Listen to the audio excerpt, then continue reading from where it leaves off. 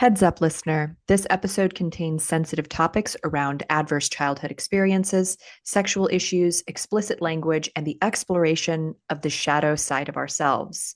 I'm speaking with Natalie Vires, intimacy coach and soul siren, and we invite you into this conversation in the spirit of transparency, compassion, and the acceptance of the multidimensional experience of being human. So stay tuned.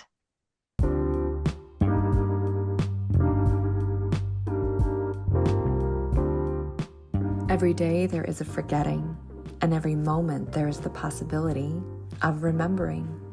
Remembering who you truly are, awakening to your body, to the inner world, to the experience of being alive.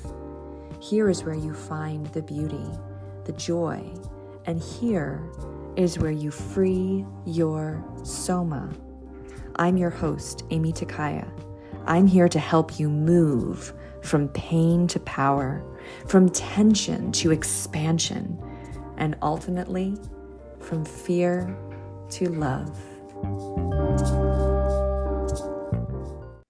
Hi, Natalie. Hi. Hi, I'm excited for this conversation today. I think it's been probably like 2 years of following your posts, right? And commenting here and there, exchanging messages, here and there. And, the way you share, your way of sharing on social media is very bold, but vulnerable, funny, very real. And that's something that I just really respect about you and made you definitely like, when I said, "Hey, who wants to be on the podcast?" and you said me, I was like, "Yes, you." Because I've been really inspired, like seeing the way that you share and communicate about your own personal experiences and the things that you've gone through, and also the moment to moment, day to day stuff that shows up in and how it relates to the broader picture of human healing.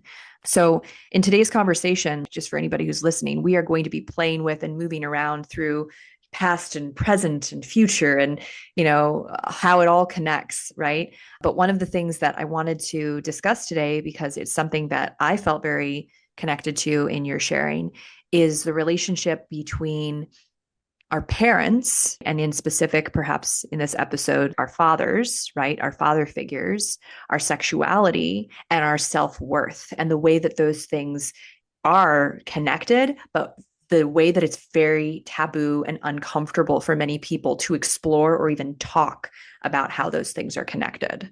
So maybe you can say a little bit about, like, when did you kind of realize that your father was having like an impact on your body as a woman?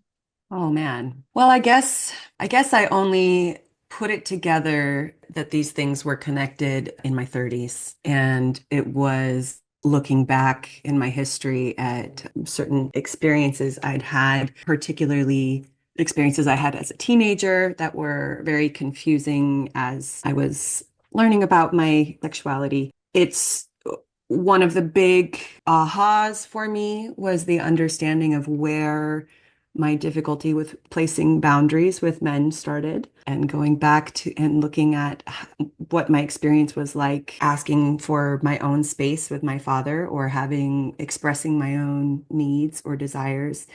I was often met with actually unspoken shame, interestingly. That was one of the things that I only put together in hindsight, was that I have this particular memory of trying to place a boundary with my father in my bedroom, in my bed, when I was 12. And I remember feeling intense shame after I made the boundary.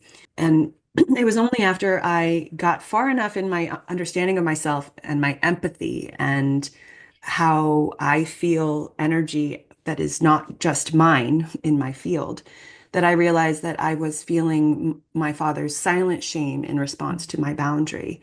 And that created an incredibly emotionally confusing experience for me.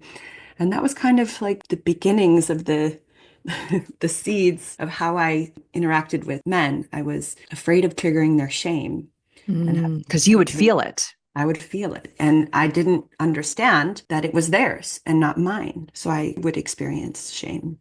Right. That is such an Yeah. interesting and powerful distinction. I'm going to tell this story that is a little intense, but it's like perfectly aligned with what you're saying. So I'm going to make it as comfortable as I can for people. But basically, a family member of mine told me that in the 1970s, they saw an energy healer, right? An energy worker. And the energy worker did a body scan of them and then told them what they saw. They were visual, whatever. We're clairvoyant, so they see it right in their mind. And so they said, someone when you were a little baby, right, like an infant, right, like came and they said they saw just like this man's shadow in the doorway, and then the little baby in the crib, right?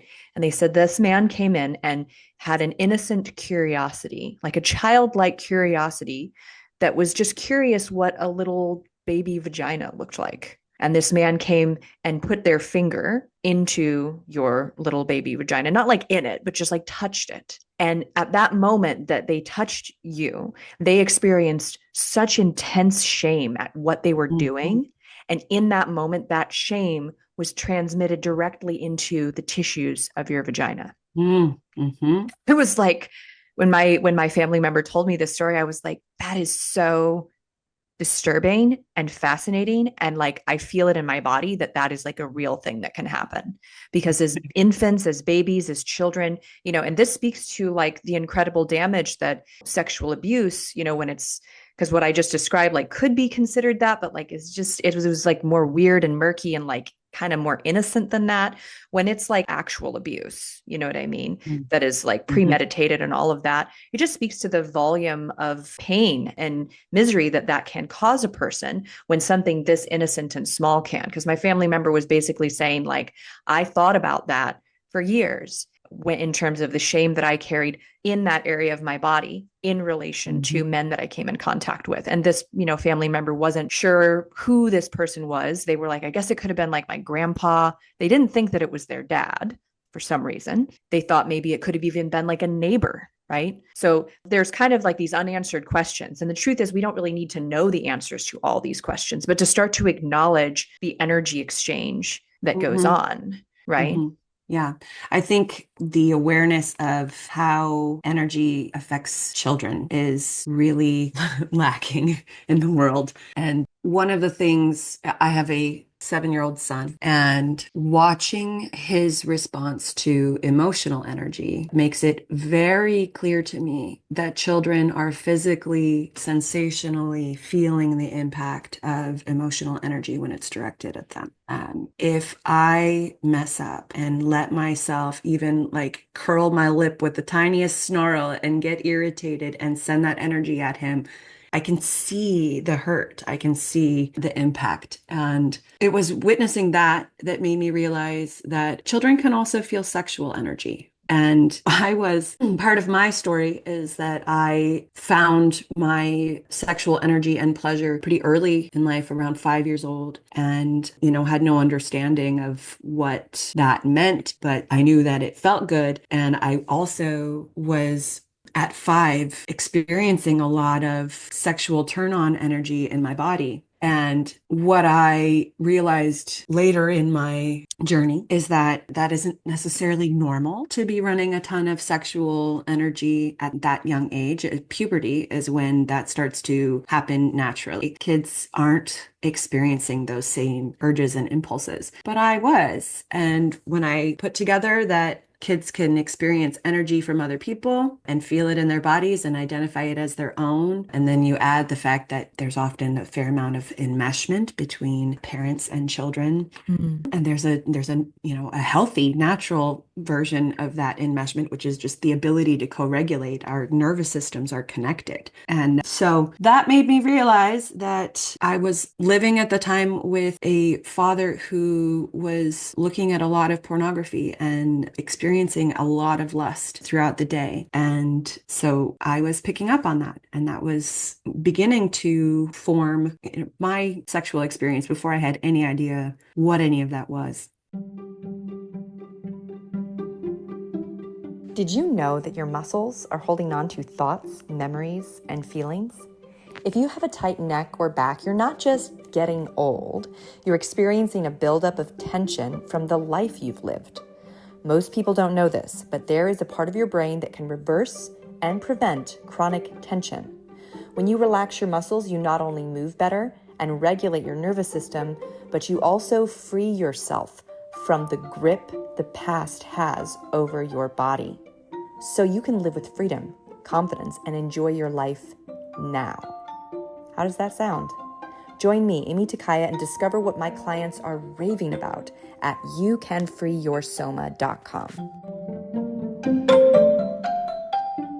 Yeah. And like, this is another layer that I can absolutely relate to. And I'm sure that people there, women who are listening, maybe even men who are listening, who are having like little pieces kind of come together as you're speaking about, things they experienced in their childhood that they might have given like a label or, thought they had it figured out. And then now what you're bringing in here is this like further understanding of the way that our parental figure, in this case, our fathers, habits and behaviors and their energy profile, their emotions about what they're doing. Because I think that's part of it too. It's not just the looking at the pornography and the lust. Mm-hmm. It's like then the judging of himself about Mm-hmm. that, the shame about that, the other things that go on about that, feelings of unworthiness or whatever the wound might be that is part of the addiction, right? And we can go there in a minute to talk about like, a pornography addiction, because it's a real thing, right? In that sense. Mm-hmm.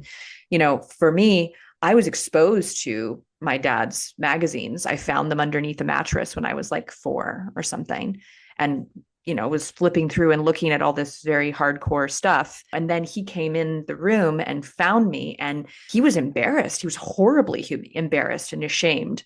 And he yelled at me and he grabbed them from me. And then there was a later experience where I encountered, I woke up from a nightmare and I encountered him watching something. And again, he yelled at me. And what I understand now from like my adult brain is like, oh, he was like freaked out and ashamed and embarrassed.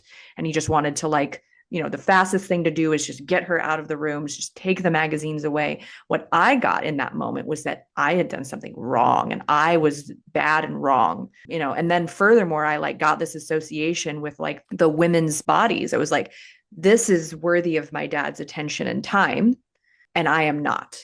Mm-hmm. Specifically with that nightmare thing, which honestly, like, this is one of the first things when I was 16 that I went to therapy about. And like, I didn't even know at the time, but I had like a therapist doing like EMDR and stuff. And it was like, I dug into that one because it did affect me. It affected the way that I operated around sexuality. And it had me questioning all these things, and wondering, did my dad abuse me? Did anything ever happen, because I was making that connection? And what I can say now is like, no, like he didn't do anything to me, but I felt the impact almost as if something did happen, because energetically, it's not that different than actually having an experience, because it is different, but there's something about it that also makes that long lasting impact. Do you know what I'm saying? Yeah, I think failing to protect you is almost as bad as abusing you. There you go. Yeah. It has a very similar impact. And also failing to co regulate with me and comfort me and explain to me and be calm in his nervous system. But Right. instead, at the time, he was just, Failure to prioritize your experience and recognize that you had your own emotional response and your own thoughts about what was going on there and probably needed a bit of an explanation. right, right. Yeah. And how different might it have been, right? How Yeah. different might even having a father who's watching pornography and being lustful about it, if it was coming from like a place that was not wounded, that was coming from a Mhm. place that was like more transparent and other things in the dynamic, right? Sometimes it's not like what we're doing, it's like how we're doing it, the energy we're carrying about it, right? Yeah. I made a similar conclusion about, the women's bodies and looking at my body and, that comparison starting at a very Very early age. awkward time. Yeah. And I just wrote recently about the recognition that unconsciously, for a lot of years, I held extra weight on my body because the fear was I have for a long time, I continue to have a challenging relationship with my father, and one in which his unconditional love does not feel accessible. Mm. And the fear was that if I lose the weight and look like what he approves of, and then he loves me, it won't feel as good as it would if he just loved me fat. Yeah. Or it would prove that like you weren't lovable until you lost weight. It would like prove that that was what was holding back the love. And instead you're like defiantly like, no, if you're going to love me, you're going to love me on my terms, not because I met some standard that you have. Unconscious desires that aren't always the most helpful. I just discovered another one that I recently that I've been doing, which is I'm keeping myself broke because if I create too much success and then you love me, you only love me for that. Mm, That's the fear. And I've been unpacking that one just as I did successfully unpack the fear of becoming my sexiest version of myself, which mm. is to me the healthiest version of myself and the one that just embraces mm, being in my happy place body.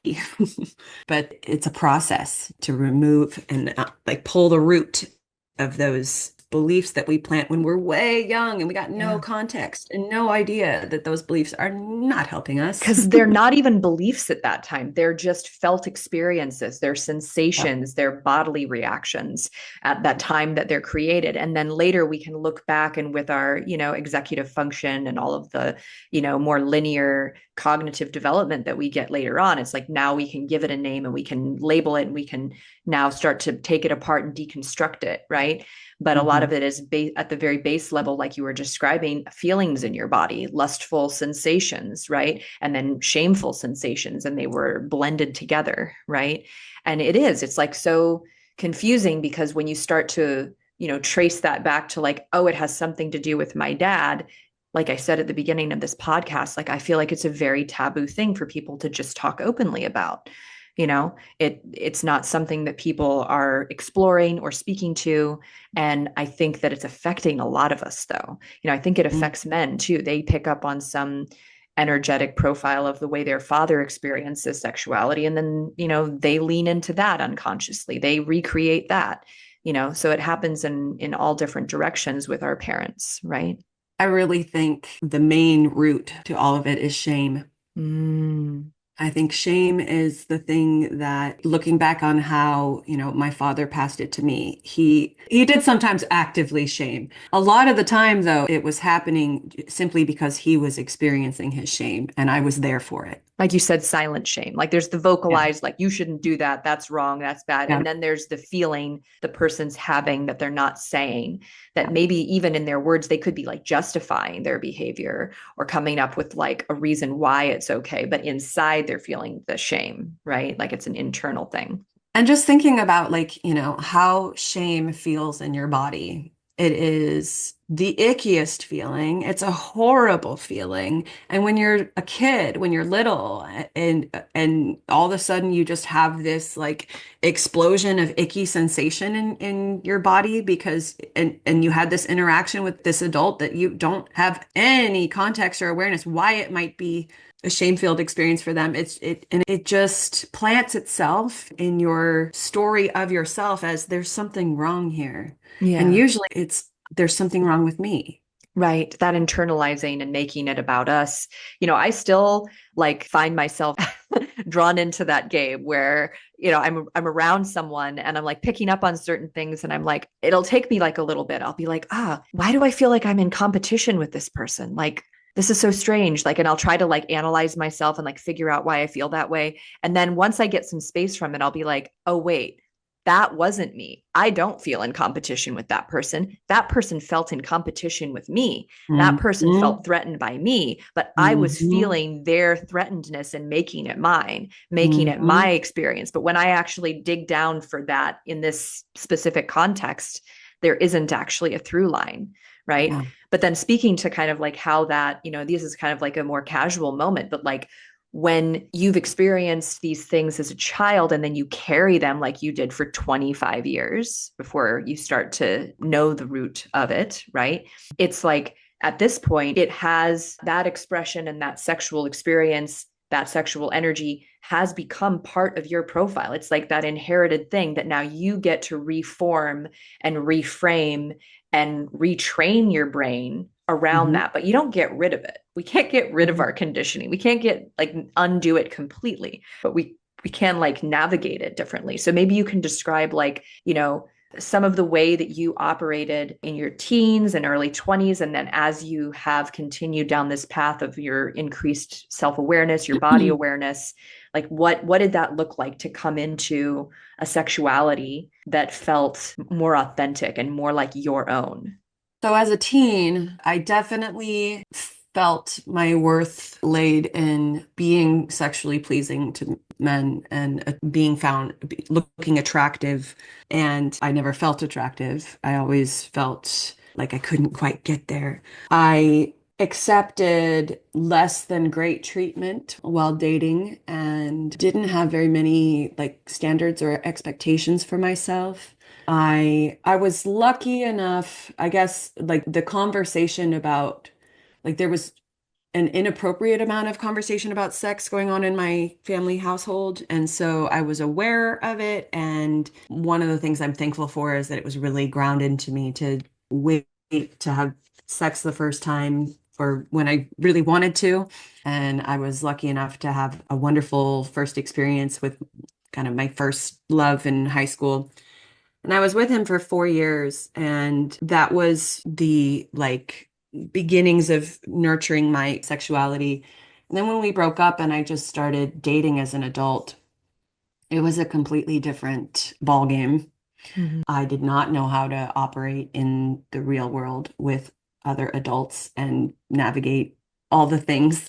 And I had a period of time where I let myself have some pretty gnarly negative experiences. It contributed to the loss of my voice and the loss of my ability to speak in the bedroom, speak desires or speak boundaries. And eventually, I kind of broke myself to the point where I connected with my former husband. And to me, he represented stability and security. And I only realized after the marriage was over that I was never actually attracted to him and that our very limited expression of erotic intimacy was very, I think, unsatisfactory for both of us. And it wasn't until I left my marriage and started asking myself, who the fuck am I?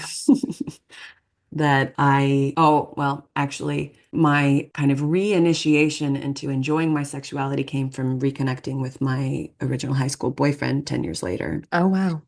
And it was like, my body lit up like it was on fire. And I was like, oh, this is sexual attraction. This is how it feels when you actually want it.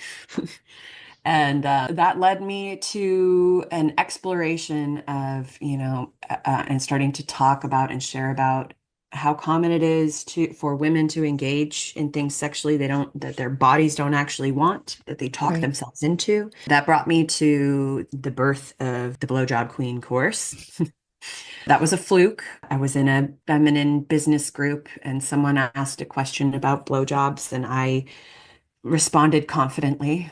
It's one of the areas I have a lot of confidence. And I was asked to teach a course. And in talking with all these women and, learning about their experiences, I realized that it is super common for women to be providing pleasure and engaging in pleasure that they are not actually receiving any pleasure from. Mm-hmm. And so I decided that I was going to go ahead and slap that label on myself and put myself on the internet as one of the spokespeople for owning your desire and owning your pleasure and valuing yourself enough to only engage when your body is a full yes and all things are go.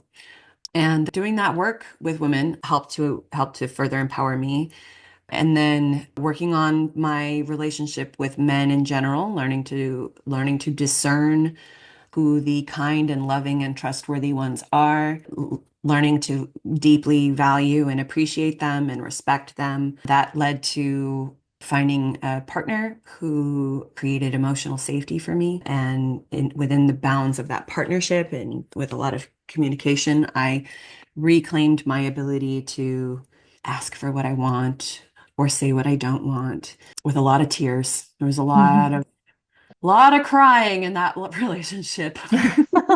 Yeah. Well, I mean, it's so connected, I think, like you're describing your voice and then like, a blowjob, like there, I think especially in the realm of blowjobs, it's a really great place to explore boundaries because you're Mhm. taking in this very like intimate part of somebody else's body and it's like very intense. Like I think that, obviously like penetrative sex in any way is intense, but especially like a blowjob, it's like in your face, like it's right Mhm. there, up close and personal.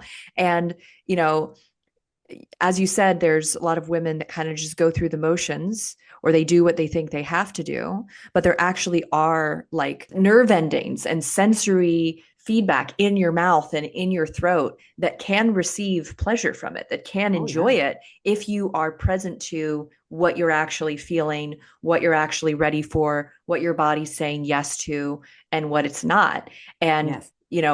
I'm just guessing, I'm guessing that like in this blowjob queen, it's like you use that word reclaim, like giving the woman that permission to take kind of control of the rhythm and the pace of the blowjob, which is I think what men actually want. Even if they're 100%. doing something dumb like pushing your head down, and that like crap that I mean some people probably like that. But I you know mean, what it's I'm saying? tragic actually that like that a lot of women experience treatment like that. And there are like I have spoken with women who their part, the men they're with insist, they can only get off one way and so they, coerce women into providing it for them. And one of the things I've been talking about recently is that like one of the downfalls of the like porn industry and this like masturbatory culture we've got is a lot of men have traumatized themselves into very rigid Right. and limited expressions of their sexuality. Right. Like And they can only come one way, like you just said, like that they uh-huh. have this, and it's usually involves some kind of shock, like they have to be shocked into it or something. Mm-hmm. Or yeah, or intensity. I mean, it's very, very common for men to believe they can only orgasm one way, and usually it's because they're trying to use a woman's body to recreate how they would do it themselves, essentially, or, Oh. better than they would do it themselves. But it's all they know. And one thing my course does is yes, it empowers women to set the pace, to allow their men to get curious about what a different experience might be, to, relax about things, to choose their own comfort and prioritize that the entire time. And yes, also a big part of it is I teach women how to cultivate their desire. If it's not there, if you're being asked for intimate connection and your desire isn't there, how can you bring yourself into that space authentically and so that you're not showing up to this as a people pleasing mechanism, but out of like, yes, I really do want you inside me right now. Oh, that's so important. And I think it was in my 20s, I did this, period where I was celibate, but I like took it to another level. Like I was like, I'm not even going to flirt with anybody because I wanted to get a hold of like my mechanistic, like you said, people pleasing or like automatic ways that I would posture myself instantly around men. And I started becoming aware of it. This was when I was starting to do my somatic movement practice, which is like my whole thing now. But this was very, very early on in that I started becoming aware, like, oh, hey, like I walked into this party in this room and some part of my brain scanned the room for like who's the most important guy here. Oh, it's the DJ. I'm going to make sure that he notices me. I'm going to stand in a way and I'm going to position myself in the room. And as I like became self-aware of this because 99.9% of it was like unconscious, like the things that we do, we don't even know we're doing. A lot of women they might not even know that they're feeling coerced. It's like it's just normal to them. They're just like that's what Oh yeah. happens, but as you become aware of it, it's like very uncomfortable to like realize what's been happening, and so I made this thing. I'm like, I'm not even going to flirt with people. I'm going to like literally be standing there talking to the DJ and I'm going to notice that my back wants to arch and my chest wants to push forward, but I'm not going to do that. I'm going to like inhibit that just to see if I can, because we get conditioned by, magazines, movies, culture to condition and hold our body in such a way as to, like you said, be pleasing to a man, right? And it's not like this positioning of ourselves in this way is like that there's anything wrong with it. It's like, what is the intention behind it? And is it an act of being connected to your authentic, desire? Or is it just what your body does because you trained your body to do that at some point because you saw it in a movie? You watched Jessica Rabbit in the 90s or whatever, and you're like, that's what a valuable woman looks like. Oh, the social conditioning is so heavy. Even just like, the idea of like wifely duties is a way that, very subtle or not so subtle coercion happens. But we very often, most often in these situations are ultimately doing it to ourselves Mm-hmm. by overriding our own lack of desire and failing to speak up for that. And it's understandable that we have that feeling because like in my case, I was taught that it was a shameful thing to ask for what I needed and say what I wanted. And the most basic when it came to, my space, my private space, my body, I was taught that you know, by mistake, they certainly weren't trying to teach me this, but I was taught that it was shameful to have those needs of my own. Right. And you can go through a lot of intimate and romantic situations believing that before you realize that that's not actually the truth. Totally. Yes. I mean, I think like as a young adult, when I even just realized like, because I was unwrapping so much of this stuff myself, as it sounds like you were too, like when I would realize that there were women who hadn't even begun to unwrap any of this, that were still just, living with having never experienced an orgasm, living Mhm. with, not really fully understanding like that their body could experience pleasure, and what kinds of pleasure there are and exist for, it's like to some people who haven't been through that, it's like it's sort of a fairy tale if you haven't been through it, if you haven't experienced it. Like when I was younger, I don't think I could have even imagined saying what I wanted someone to do. If I had like a desire, like to voice that, like when I was younger, it was inaccessible to me. It Mhm. was that part of my nervous system, that connection was just like frozen. So I think that that you've gone through that and that you've had like that actual somatic experience of your voice and your actual expression fully manifested for you as like a physiological thing, you know Mhm. that's a very unique wound, quote unquote, to carry that can help other people that don't even know that they're holding that wound. Like I said, it's like Mhm. still invisible to them, right? And Mhm. then when they hear you talk, when they hear you speak about it, when they hear this podcast, right? Like they can start to go, oh, I've been holding back and I didn't even know that I was holding back. And I've been holding back to myself. Like you said, we do Yeah. it to ourselves. Someone does it to us and then we keep it going unconsciously. Yep. Yeah. It's so refreshing to just be able to kind of share about this in an open way. You mentioned before the way that you have developed more and more comfort in understanding men and understanding, what does it look like when a man is coming from a place of having integrity in his way of interacting with a woman, and what does that look like when it's not showing up? Because I think Hmm. men can be both, right? They can be Mhm. like their best self one moment and then they're dysregulated, they're tired, they're triggered or whatever, they can behave differently than that. What would you say, like, if you had a client or a woman who their husband, like they started being more vocal about what they wanted or liked, and their partner didn't like it because it was new. Like their partner was like, oh, like that turns me off for you to like tell me what to do. What would you say to that? How would you navigate that in a guy?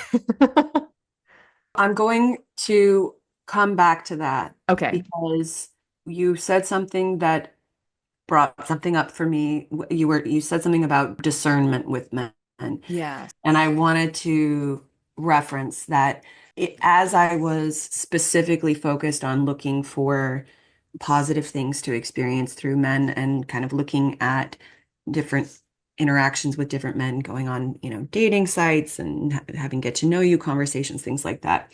One of the biggest things I realized was a pattern was that there were men who were focused on the conversation on more on what I was going to do for them and provide for them. And then there were men who were focused on what they were going to do for me. Mm. And men love to do things when they're in their healthy energy, when they are tapped into their heart, when they know they have a lot to give. Like giving is an expression of their love. Mm. Doing is an expression of their love. It's a way of being a man, right? And, fixing something for me is an expression of love. Carrying something heavy for me is an expression of love. And in the right dynamic, they experience those things as, a way of loving me. Similarly, if we're in a sexual situation and I voice anything, if he's in his healthy energy, he's going to want to be responsive to that. He's going to show that he cares what I've said. And he's going to want to deliver a better or different experience to me, whatever I'm referencing. I only recently had learned of that experience with men, or not learned of it, but personally experienced it in a recent relationship. And I believe I've already said in this conversation that finding that relationship with the emotional safety was the result of doing the work to appreciate and respect men and find these qualities that I need in my life. Yeah. And so I would say that when it comes to expressing a sexual boundary, we start with expressing other boundaries and having non-sexual interactions and allowing these men to show us who they are. Mm. And there's a big blue jay with a peanut on my porch. Distracting boy. Wow. And, when we take the time to let someone show us who they are, we're building trust, we're building safety. Like we are, I think, collectively moving away from this kind of hookup culture idea and more into just how incredible sexual connection can be when you feel fully seen by someone, when you feel fully supported by them, Right. when you feel totally safe with them, When there's some kind of investment.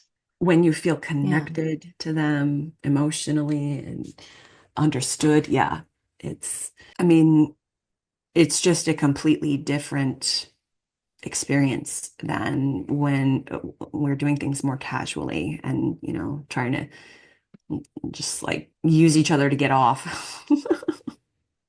Right. Yeah, it is an absolutely different framework to be in, I feel like somatically, because it's like a means to an end versus practicing being present, right? Mm, yeah. Yeah.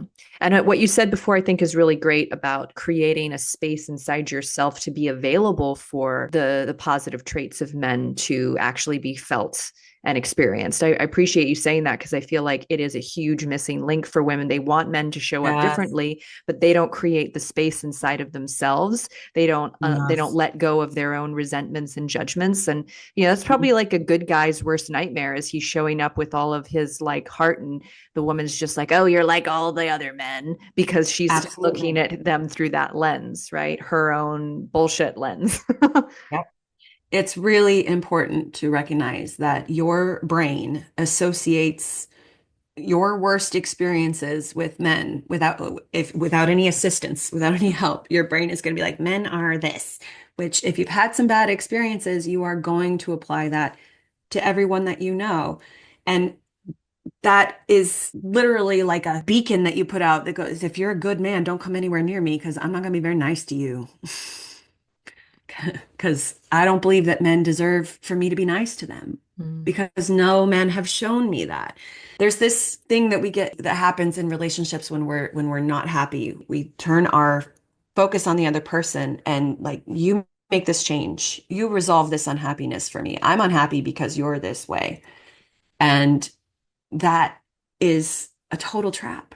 It's like if we're dancing with someone and we want to change how we're dancing, we're sitting there doing nothing helpful ourselves, pointing at the other person, going, move your feet differently, move Mhm. your feet like this, and then I'll move my feet like that with you. But you do it first. Let me see you move your feet this way, and then I'll come join you. No one ever wants to dance like that. It's We harder. It's much harder than, if you're the one who knows the direction of the dance or how you want it to go, you got to be the one to move first. We have to change our own footwork. It's actually the only thing we have any control over. And that can look like changing footwork while right dancing with them and kind of creating a little bit of a disruption and see if they figure it out. It can look like moving away a few feet, dancing in the corner of the room on your own and giving them some time to like see if they can find their way up to your rhythm. Or it can look like going out and dancing in a completely different place, right? But what we get caught up in is this idea that like if we're in a relationship, I need the other person to fix this dance with me and then I'll be happy. Right. And this fantasy, like all men have been terrible to me, but I just need a good man to finally come rescue me from all the terrible men. They won't touch that with a 10-foot pole. That is a woman that you cannot please. Right. Well, it's like stepping Too much. into a lens that's going to immediately like paint you in a certain light. You're immediately doubted. You are immediately not trusted. You are like, and the possibility that you will be disrespected in that scenario is really high because there's Mm. not, that woman doesn't hold respect for men. You have to develop it. You have to look for it. I recommend using divine templates as well as looking for, real men. They don't have to all be real.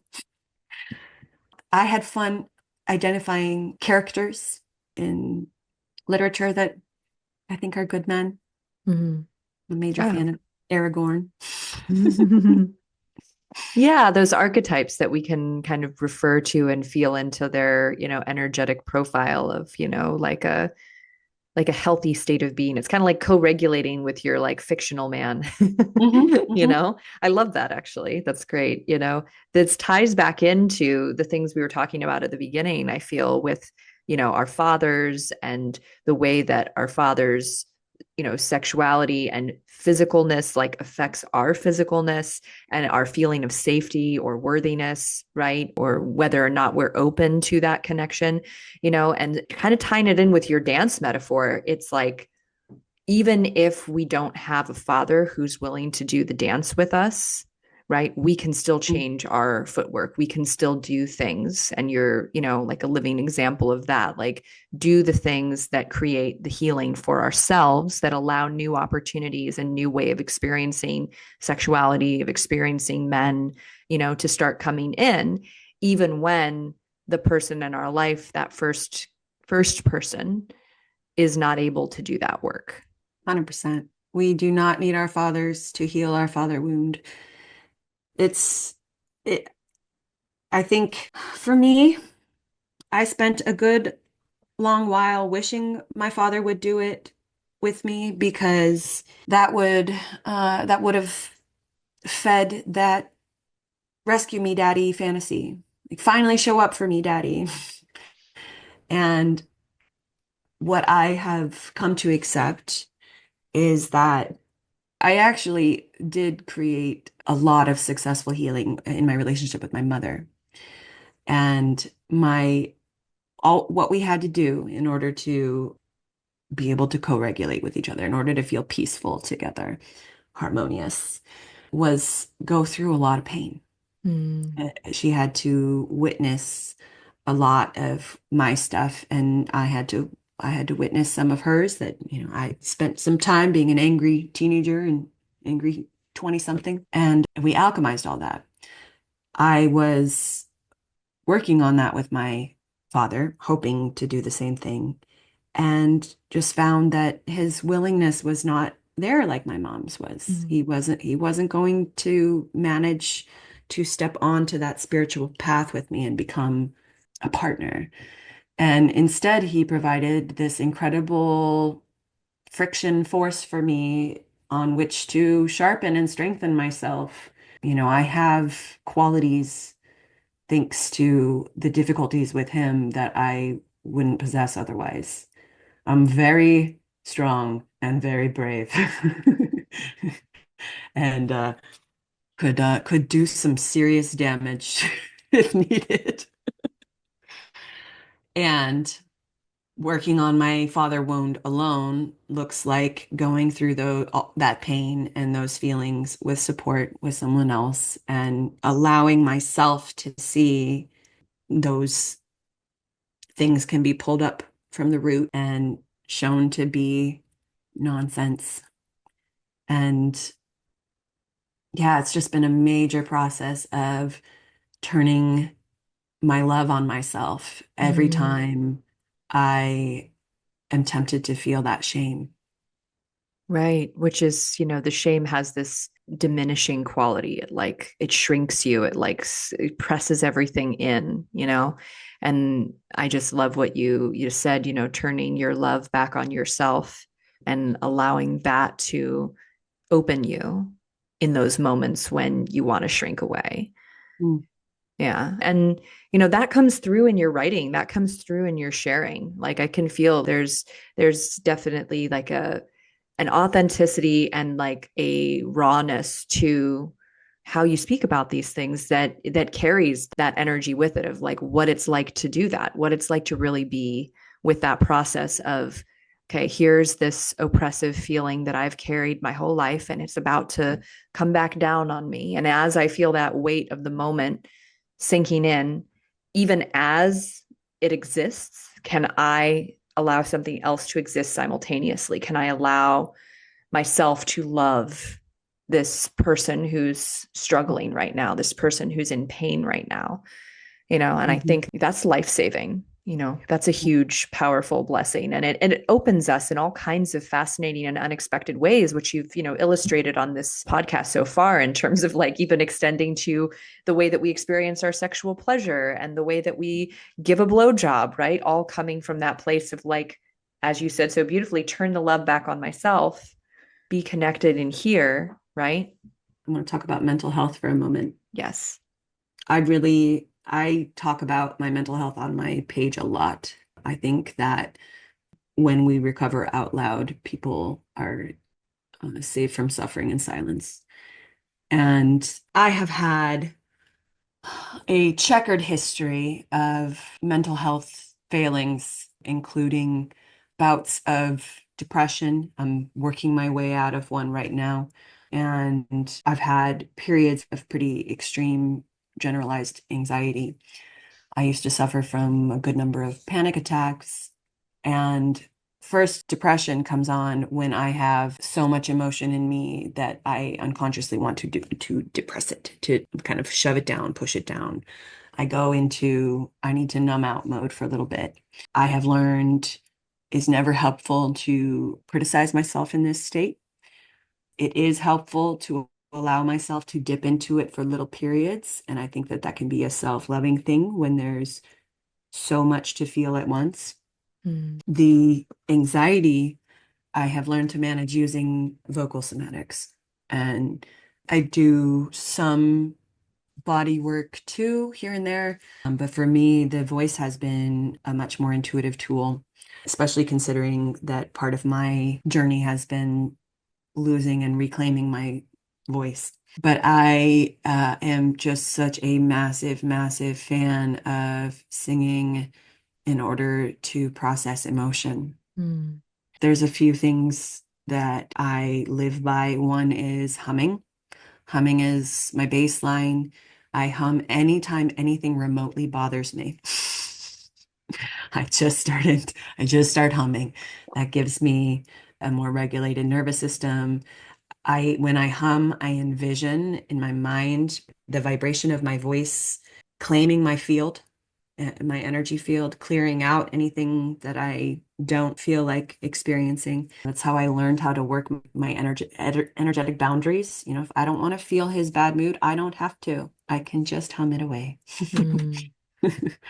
And then there's the expansive experience of loud vocal releases.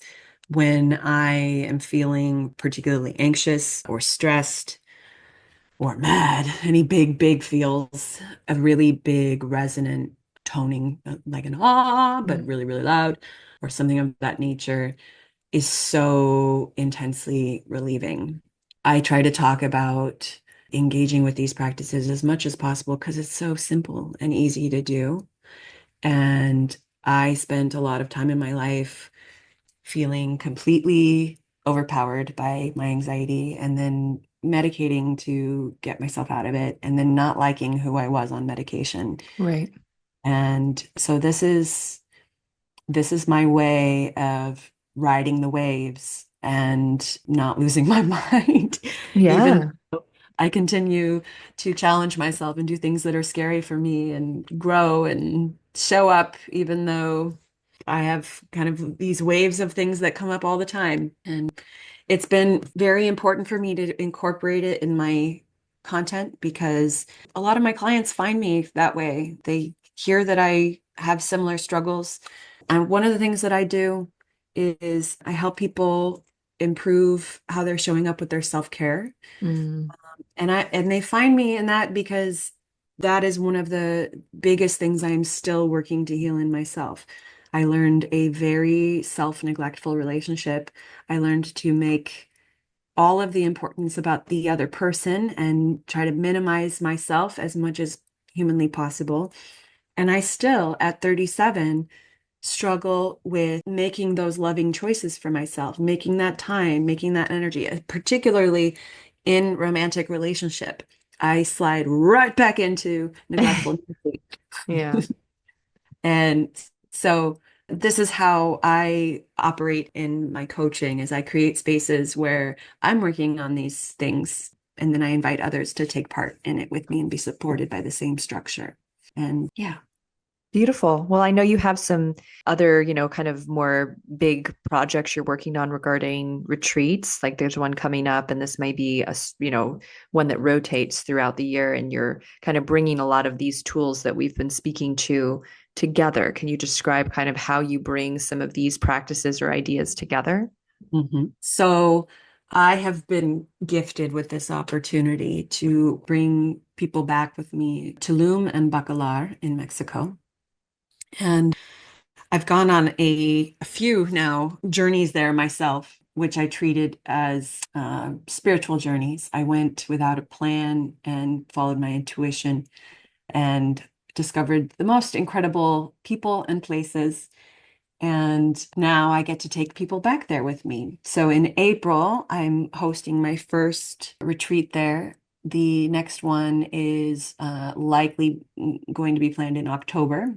That'll be nailed down soon. What's different about this experience is that as a part of the retreat package, I'm including some group coaching and some one-on-one coaching with me, focused on intimacy with self, which looks like working on how we're showing up for ourselves throughout the day and, and how we're choosing ourselves, which in this context means being intentional about future experiences we want to create for ourselves and taking that inspired action. Mm. And so I am working deeply with these women before we go to Mexico, preparing them to relate intimately with moi and each other. And then we're going to go have some heart-opening plant medicine on day one and integrate in this incredible cenote that we'll get to inhabit privately for a few hours, and likely with a man named Jesus. He's my buddy down there. And in that cave, in that cenote, we'll be conducting a song circle. So during the time that I'm coaching, everybody will become familiar with certain things we do with the voice and moving energy and things. And then we're going to do that in the cave together and, I don't know, basically play mermaids for a few hours. Then I've got another friend that the universe connected to who has a sanctuary in the jungle, and he gives massages that feel like being on plant medicine without being on anything. It's the most 5D massage I've ever experienced. A really incredible talented shaman. The first massage he ever gave me, I was separated from my marriage and still wearing my wedding ring on my right hand because I was attached to it and loved it and didn't want to stop wearing it. And in the middle of the massage, the ring started burning on my finger and saying, "Take me off, take me off, take me off." I took the ring off, and then I had this massive release, emotional release. I guess releasing the remnants of my marriage on his table. I'm just very, very excited to introduce people to him. And then we are switching down to Bacalar, which is a quieter Mexican town, very authentic. And Bacalar has the Lagoon of Seven Colors, which contains the oldest living organism on the planet. And those waters are special. And we have one of the most incredible villas on the lagoon, right on the water, kayaks to use, and a nice big pier where we can do yoga or meditate. We're going to have quieter days on the back end, just enjoying nature, connecting with each other, listening to our intuition when it comes to what we feel like doing at a given time. And we're going to eat incredibly well because I have scoped out the best food. So that offer is going to be biannual. I already have people interested in the next one who needed a little more time to get their act together, but it's going to be an experience like no one else can bring together. Even the last time I was in Mexico, I was brought there with friends. My oldest friend said, "I'm having a shotgun wedding," and it just happened to be in this place where I was already planning to host a retreat. And it was on that trip that I got to discover in this little fishing town outside Bacalar called Mawal. There's a seafood restaurant that cruise ships literally divert their course to like stop and funnel people into this restaurant. And I had the best Mexican seafood meal of life ever. I don't know. I don't see it ever being topped. And I just, that one meal alone, the excitement I feel to share that with people and get to eat it again. Oh man. Ah, well, it sounds like nothing short of magic and probably like all of these things have been brewing for a long time in terms of like the resonance that you're bringing, with working with your voice, with working with like intuition and just the magic of like beingness. I love that it sounds like there's more spaciousness. Sometimes retreats are very like rapid fire. Yes. And I think that you definitely bring a more slower, luxurious pace to things that sounds perfect. Our whole job in Mexico is just to be and have an adventure and enjoy ourselves. And I'm very excited about the structure of all this because it's really important to do that nitty-gritty intimacy work leading into it so that we get to have this incredibly evolved experience. Right. But yeah, to not have to do it like in place and to just get to have Yeah. fun together. That's So great. So smart. I love that. So smart to do, Zoom group online work before meeting in person. Yeah, that's where it's at. Well, this has been such an incredible conversation. We've gone a few different places, right? And what would you say to our listeners here, kind of as like this final piece of information today that that maybe is coming into your view through this conversation, right, about worth and about our connection to ourself and our connection to our fathers? What's coming through right now for you? well, when I think about my reason for empowering myself, I think about the power of my love. And I think about the fact that the more love I contain, the more flows through me into everyone and everything around me. Mm. I genuinely believe we are all capable of living a loving purpose. And I think that's why so many of us came together to connect at this time, to join forces in that. And, being able to share your love has to be rooted in understanding your own worth, understanding the value of your love and the fact that the world doesn't get to receive that love from anyone but you. Mm. You're here with this unique frequency, and there are people's hearts who are waiting specifically to be impacted, opened, Yeah. and positively changed by your frequency. Mm. Yeah. And love truly is the antidote to shame, which was the murky emotion that both of us picked up from our father and carried in our female body. And then, as you say, generating that love, valuing yourself, valuing what you can innately provide.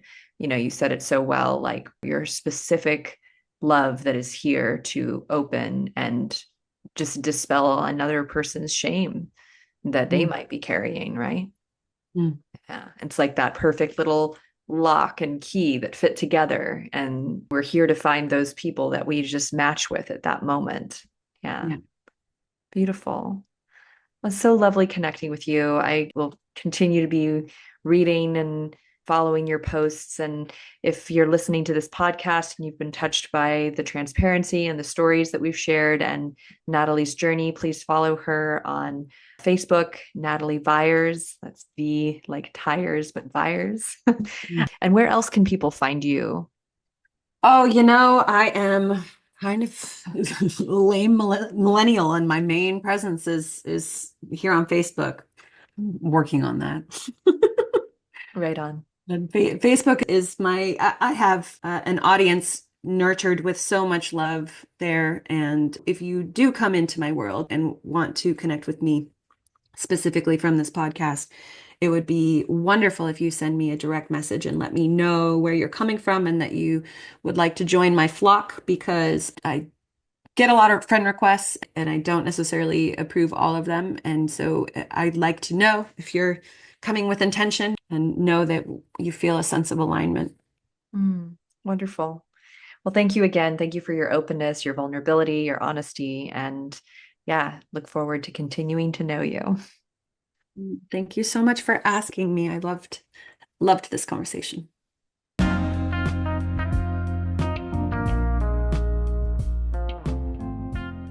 Hey there, friend. I hope you enjoyed today's episode. I would love to hear your thoughts. Follow me on Instagram at Aimee Takaya and send me a DM about this episode. I'd like to thank you for being part of this somatic revolution. And if you'd like to support the podcast and help more people learn about somatics, consider leaving a review or a rating. And finally, if you'd like to have the experience of relief in your tight hips or back and learn to understand what your body is really saying to you, visit youcanfreeyoursoma.com. I can't wait to share with you what is truly possible. Bye for now.